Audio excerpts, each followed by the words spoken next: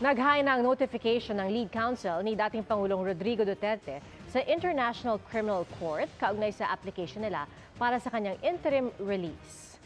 Sa dokumentong pirmado ng defense lawyer na si Nicholas Kaufman, nakasaad na anilay sinasang-ayunan o hindi raw haharangin ng gobyerno ng Pilipinas ang hiling nilang interim release.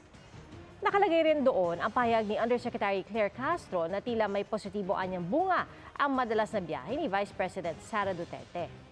Ang sabi naman ni Castro, tila nagiging bihasa na si Kaufman sa pagbaluktot ng katotohanan.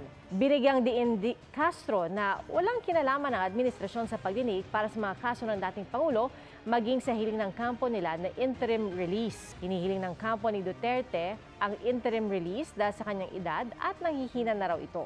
Sa isang pahayag, sinabi ni Vice President Sara Duterte na isang malinaw na pag-abuso sa kapangyarihan ang palihim umanong welfare check ng gobyerno na pinahintulutan ng ICC. Sa pahayag ng DFA, nilinaw raw ng isang ICC spokesperson na sumusunod lang sila sa ICC Rome Statute.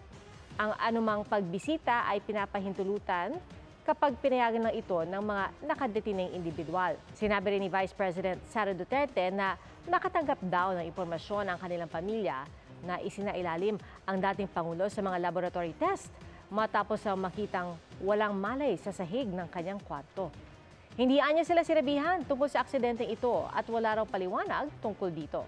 Ang sabi pa ng Vice Presidente, hindi rin daw binibigyan ng dating Pangulo ng basic care tulad ng reklamo raw tungkol sa ingrown toenail.